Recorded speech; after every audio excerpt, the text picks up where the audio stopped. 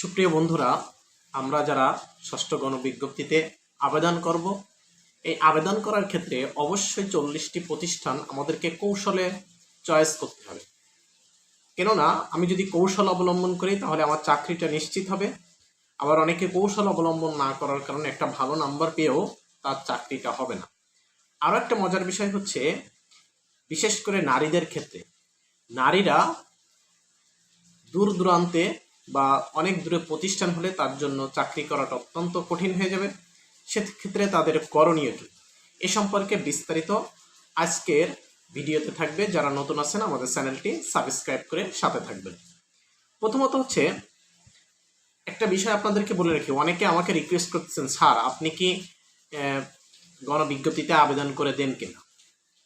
আসলে আমি গণবিজ্ঞপ্তিতে আবেদন করি না, তবে কিছু কিছু ক্ষেত্রে কিছু কিছু ব্যক্তিদের করি। সেটা হচ্ছে যারা একেবারে নিডি, তাদের ক্ষেত্রে ভিন্ন বিষয়, সেটা আমি ফ্রিতে করে দেওয়ার চেষ্টা করি। আর একটা বিষয় হচ্ছে, অনলাইনে একটা প্ল্যাটফর্মে, বিভিন্ন প্ল্যাটফর্মে দেখা যাচ্ছে আমাদের কাছ থেকে আবেদন করুন, বিশ্বস্ততার সহিত আমরা নির্ভুলভাবে আপনার আবেদন করে দেব। এটা একদিক থেকে আমি তাদেরকে ওয়েলকাম জানাই। যারা অভিজ্ঞ তারা এই সার্ভিসটা দিচ্ছে এবং এর মাধ্যমে তারা একটা ইনকামের সোর্সও বের করতেছে। আল্লাহর রহমতে আল্লাহ তাআলা আমাকে পর্যাপ্ত পরিমাণে দিয়েছেন, এজন্য প্রয়োজন হয় না, কিন্তু ভিডিওটা তৈরি করি আপনাদের সেবা দেওয়ার জন্য। এরপরে আরেকটা যে বিষয়, আপনাদের ক্ষেত্রে আমার পরামর্শ হচ্ছে, অনলাইনে কোনো প্ল্যাটফর্মে আপনাদের এই আবেদনটা না করাই সব থেকে ভালো। আপনার জীবনে একটা টার্নিং পয়েন্ট, এই চাকরিটা আপনার ভবিষ্যৎ। অনেকের অনেক স্বপ্ন, এই স্বপ্নকে পূরণ করার ক্ষেত্রে এই শেষ মুহূর্তে এসে এমন কোনো ভুল আপনি করবেন না যার কারণে আপনার চাকরিটা হাতছাড়া হয়ে যায়।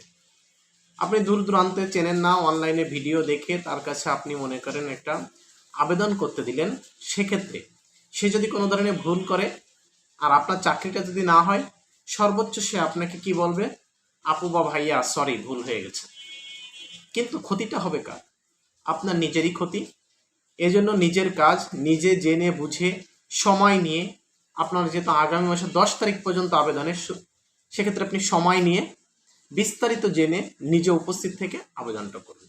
সেক্ষেত্রে অবশ্যই নিজের মনকে নিজে সান্ত্বনা দিতে পারবেন।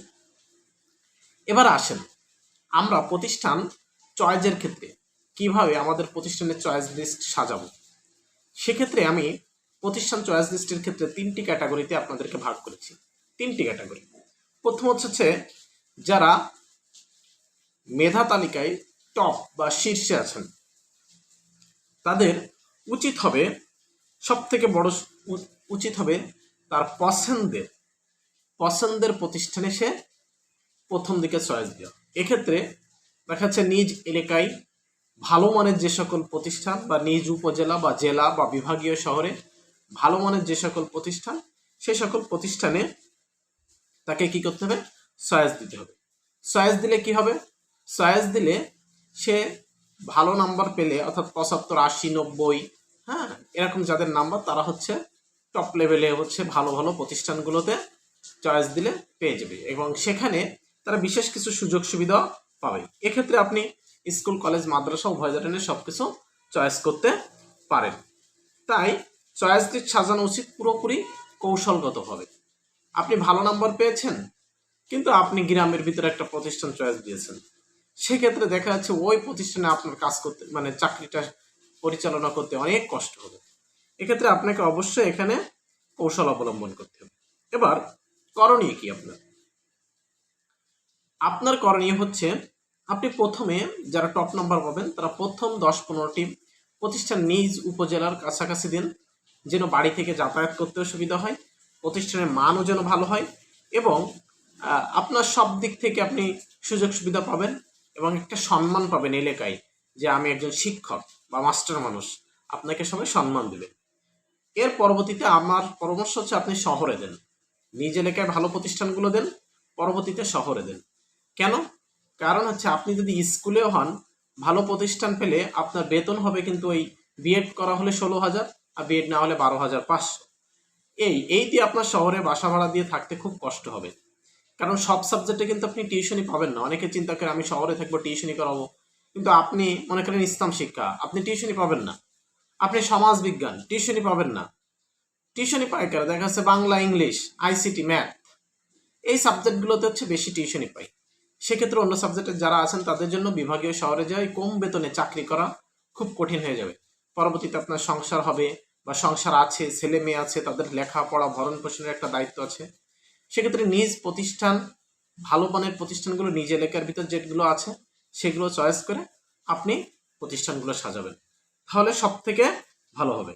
এরপরে আরেকটা বিষয় হচ্ছে ভালো প্রতিষ্ঠান পেতে যে দেখা যাচ্ছে নতুন একটা প্রতিষ্ঠান হয়েছে কিন্তু এমপিও নাই, কিন্তু আপনি আবেদন করে বসেছেন, প্রতিষ্ঠানটা ভালো, শিক্ষার্থী ভালো, অবকাঠামো ভালো, নতুন হয়েছে, সুযোগ সুবিধা বেশি পাবো, কিন্তু এমপিও নাই। প্রধান শিক্ষক বলেছে আগামীতে এমপিও পাবো, আপনি আবেদন করেন, আসেন আমাদের প্রতিষ্ঠানে। এই বোকামি করে যারা ওই প্রতিষ্ঠানে যাবেন তারা পস্তাবেন।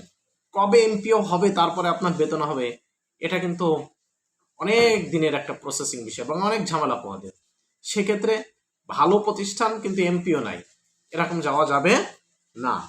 এরপরে আইনগত সমস্যা আছে কিনা বা ভুল চাহিদা বা ওই পদে আপনি যে পদে আবেদন করবেন এই পদে কোনো সমস্যা আছে কিনা বা চ্যালেঞ্জ আছে কিনা ইত্যাদি বিষয়ে খোঁজ নেবেন। ভালো নাম্বার পেয়েছেন তাই হাসতে হাসতে যে একটা প্রতিষ্ঠান ভালো করে চয়েস দিয়ে আসলাম, কোনো খোঁজ খবর নিলাম না, আর আমার তো নাম্বার বেশি, আমার চাকরি হয়ে যাবে, কেউ আটকাতে হবে না, এমনটা করা যাবে না। অবশ্যই খোঁজ খবর নেবেন, কম্পিউটারের দোকানের মাধ্যমে খোঁজ নেবেন, প্রতিষ্ঠানে গিয়ে খোঁজ নেবেন, অনলাইনের মাধ্যমে খোঁজ নেবেন ইত্যাদি বিষয়।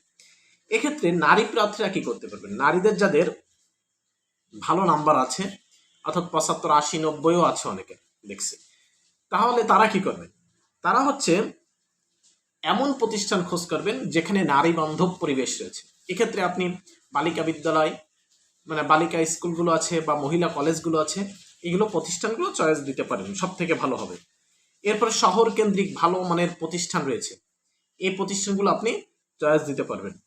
এবং সব থেকে ভালো হয় পরিবারের সাথে আপনি আলোচনা করবেন যে আমি কোন প্রতিষ্ঠানটা ভালো, পরিবারের সবাইকে নিয়ে আলোচনা করে আপনি এটা প্রতিষ্ঠান চয়েস দেবেন। নারীদের ক্ষেত্রে কাজের ক্ষেত্রে নানান ধরনের সমস্যার সম্মুখীন হতে হয়, হ্যারাসমেন্টের শিকার হতে হয়।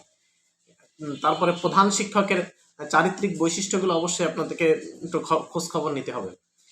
এজন্য আপনাকে অবশ্যই যে পরিবেশে একজন নারী সুস্থভাবে নিজে পরিচালিত হতে পারবে এবং নিজের চলাফেরায় কোথাও বাধাগ্রস্ত হবে না, এমন পরিবেশ বা প্রতিষ্ঠান দেখে আপনাকে প্রতিষ্ঠান চয়েস দিতে হবে। এরপরে আসেন 2 নাম্বার, মেধাক্রম অনুসারে, মানে মধ্যম শ্রেণীতে যাদেরকে আমরা বলে থাকি 40 থেকে মানে আপনার 50 থেকে 60% বা 50 থেকে 70 এরকম যারা নাম্বার পেয়েছেন তাদের ক্ষেত্রে মূলত সব থেকে কম্পিটিশন কিন্তু এখানে হয়। 50 থেকে 70 বা 65 এরকম নম্বরের ভিতর কম্পিটিশন বেশি, কেননা নিবন্ধনে রিটেনে যারা উত্তীর্ণ হয়েছে অধিকাংশ প্রার্থীর নাম্বার কিন্তু এই লেভেলটাই, এবং এই লেভেলেই সব থেকে বেশি কম্পিটিশন। এবং এখানে কিন্তু আপনি ভুল করলে আপনি চাকরি থেকে ছিটকে পড়বেন, অর্থাৎ আপনার চাকরিটা হবে না। অবশ্যই আপনাকে এই লেভেলের ভিতর যাদের নাম্বার রয়েছে তারা কৌশল অবলম্বন করবেন। কি কৌশল অবলম্বন করবেন? আপনাদের মধ্যে যেহেতু প্রতিযোগিতা বেশি, তাই লিস্টে আপনি একটা ভারসাম্য তৈরি করবেন। নিজ এলাকায় আগে প্রাধান্য দেওয়ার চেষ্টা করবেন, এরপর আশপাশে যে সমস্ত উপজেলাগুলোতে সম্ভাব্য শূন্য পদ রয়েছে সে সকল শূন্য পদে আপনি আবেদন করবেন। আপনার করণীয় কি এক্ষেত্রে? করণীয় হচ্ছে 5-7টি উপজেলা বা স্কুল, কলেজ, মাদ্রাসা চয়েস দিবেন। আপনি শুধু স্কুলে দিয়ে বসে থাকবেন না, মাদ্রাসায় দেওয়ার সুযোগ থাকলে মাদ্রাসায় দিবেন, এবং কলেজে যারা আছেন তারা কলেজে দিয়ে বসে থাকবেন না, মাদ্রাসায় দেওয়ার সুযোগ থাকলে মাদ্রাসায় দিবেন, কেননা এখানে কম্পিটিশন হয়। আপনি কিন্তু এখানে ভুল করলে আপনার চাকরি হবে না, কিন্তু আপনার চাকরি লাগবে, কি করবেন? তাহলে অবশ্যই কলেজের পাশাপাশি মাদ্রাসাকে আপনি প্রাধান্য দিবেন। এরপর এরপর আপনার বাড়ির থেকে দূরত্ব চাহিদামূলক অর্থাৎ তুলনামূলক দূরত্ব, মানে আগে চয়েস দিবেন হচ্ছে আপনার বাড়ির কাছে কোনটা, তারপরে কাছে কোনটা, তারপরে কাছে কোনটা, এভাবে আপনি আস্তে আস্তে দূরত্বের দিকে যাবেন। অর্থাৎ আপনাকে কিন্তু নাম্বার যেহেতু কম, সেক্ষেত্রে আপনি হাই লেভেলে চিন্তা করলে হবে না যে ভালো প্রতিষ্ঠানের দিকে তাকায় থাকা যাবে না। আপনাকে নাম্বার অনুযায়ী, আপনার লেভেল অনুযায়ী আপনাকে প্রতিষ্ঠানগুলো চয়েস দিতে হবে। এরপরে আপনাকে যে সমস্ত এলাকায় কম্পিটিশন কম, যেতে চায় না শিক্ষকরা, ওইখানে চাকরি করতে চায় না, এমন প্রতিষ্ঠানগুলোকে আপনাকে কি করতে হবে, দুর্গম এলাকার প্রতিষ্ঠানগুলোকে চয়েস লিস্টে, মনে করেন আপনি বাংলায় 50 পাইছেন, 51 পাইছেন, আপনি চাইলেই কিন্তু উপজেলা শহরে বা জেলা শহরে প্রতিষ্ঠানগুলো আপনি পাবেন না। সেক্ষেত্রে অবশ্যই আপনাকে দুর্গম এলাকা বা গ্রামীণ এলাকার ভিতরে বা মফস্বল এলাকা যেটাকে আমরা বলে থাকি, এই এলাকায় আপনাকে প্রতিষ্ঠানগুলো চয়েস দিতে হবে। তাহলে আপনার অবশ্যই চাকরিটা হওয়ার সম্ভাবনা রয়েছে। এখন আপনি 50 নাম্বার পেয়ে যদি বিভাগীয় শহরের প্রতিষ্ঠানগুলো চয়েস দেন বা জেলা শহরের প্রতিষ্ঠানগুলো চয়েস দেন, তাহলে কিন্তু এখানে আপনি প্রতিষ্ঠান পাবেন না, আপনার চাকরিটা হবেই না, এমনও হতে পারে। এরপরে আরেকটা বিষয় হচ্ছে, যেটা বারবার বলি, মামলা আছে কিনা ওই পদে, কিংবা কোনো জটিলতা আছে কিনা, বা দীর্ঘ সময় ধরে ওই প্রতিষ্ঠানে ওই শিক্ষকতার অভাব আছে কিনা, এই বিষয়গুলো আপনারা খেয়াল রাখবেন। নারীরা কি করবেন, মধ্যম শ্রেণী বা 50 থেকে 65 বা 70 এই শ্রেণীতে কিন্তু নারীদের সংখ্যা অনেক বেশি। তাদের অবশ্যই আপনার থানা বা জেলা শহরে চাকরির সুযোগ বেশি থাকে, চেষ্টা করুন সেগুলোকে বেছে নিতে। মনে রাখবেন এবার কিন্তু নারী কোটা নাই, এবার নারী কোটা যেহেতু নাই, সব নারী পুরুষ সমান, সেক্ষেত্রে পুরুষের যেমন এখানে কম্পিটিশন, নারীদের ঠিক একই কম্পিটিশন।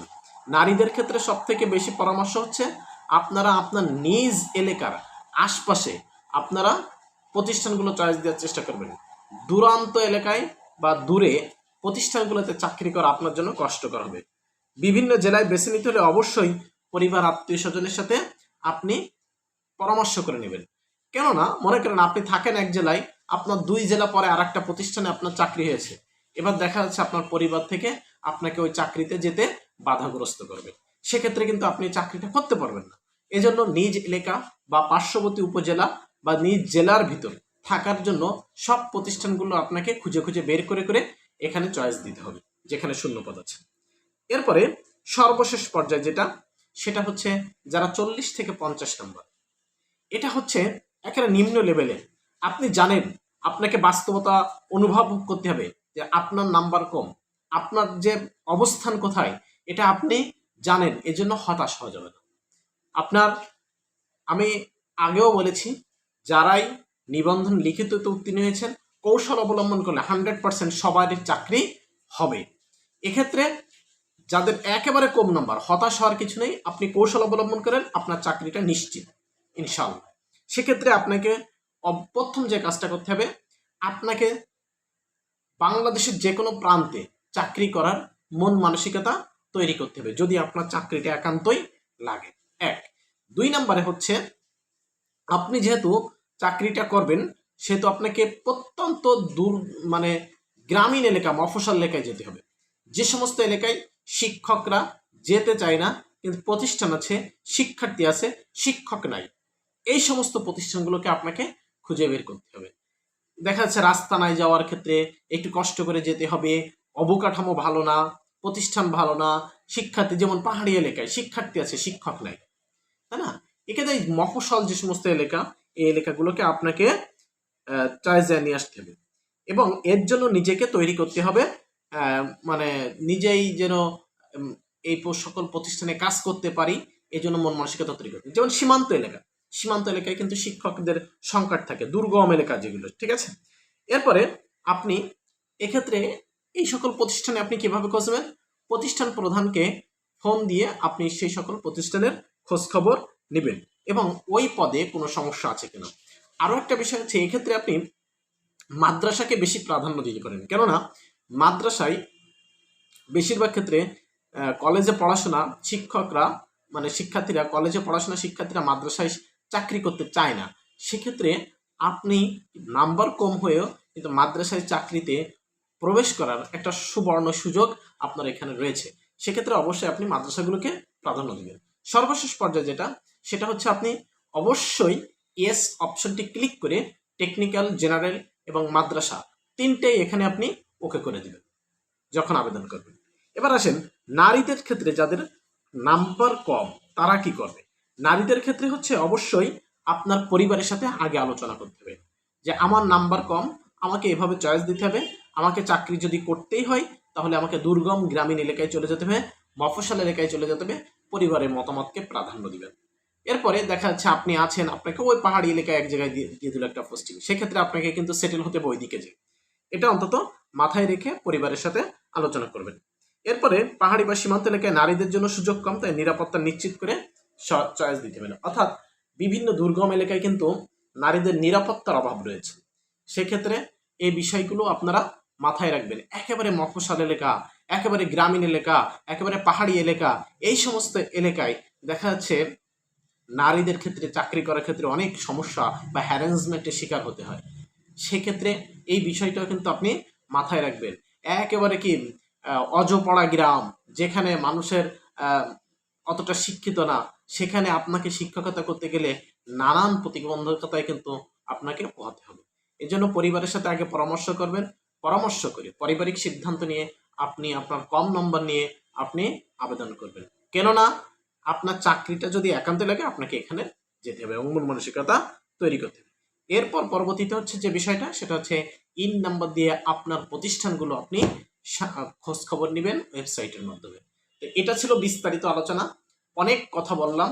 যেহেতু এই চয়েস লিস্ট সাজানোর ক্ষেত্রে অনেকে বিভিন্ন বিড়ম্বনায় শিকার হচ্ছেন, আশা করি আজকের এই ভিডিওর মাধ্যমে আপনাদের সকল বিড়ম্বনা দূর হবে এবং আপনার সুন্দরভাবে প্রতিষ্ঠান চয়েসের ক্ষেত্রে এটা সহায়ক ভিডিও হবে এবং আল্লাহ তাআলা যেন আপনাদের একটা উত্তম রিজিকের ব্যবস্থা করে দিক সেই দোয়া করি। এবং যারা নতুন আছেন আমাদের চ্যানেলটি সাবস্ক্রাইব করে সাথে থাকবেন। আপনাদের সকল প্রশ্ন থাকলে আমাদের কমেন্ট বক্সে জানান, আমরা উত্তর দেবো ইনশাআল্লাহ।